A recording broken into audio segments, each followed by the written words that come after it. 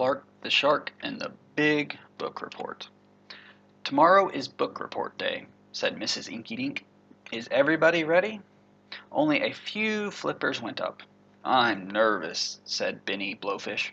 "I'm scared," said Ella Jellyfish. "I can't wait," said Clark the Shark. "If you're worried about speaking," said Mrs. Inky-Dink, "just remember, be bold, be smart, and speak from the heart." "I'm not worried," said Clark, laughing. "Ha ha! Mine will be the best report ever."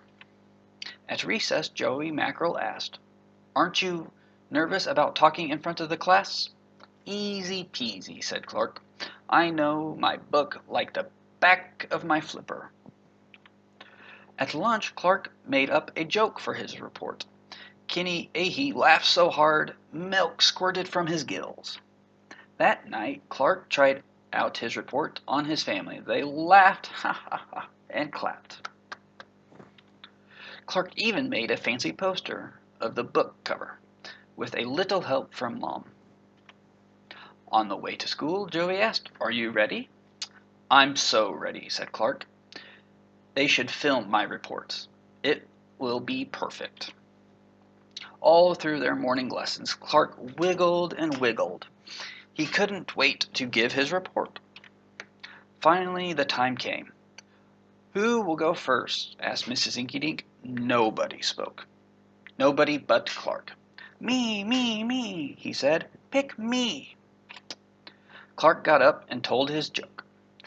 "What do frog princesses eat with their hamburgers?" "French flies," Clark said. Everybody cracked up. Ha ha ha. And then it happened. Clark forgot what came next. His mind was as empty as a seashell.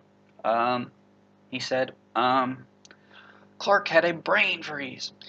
He wanted to shrink and disappear.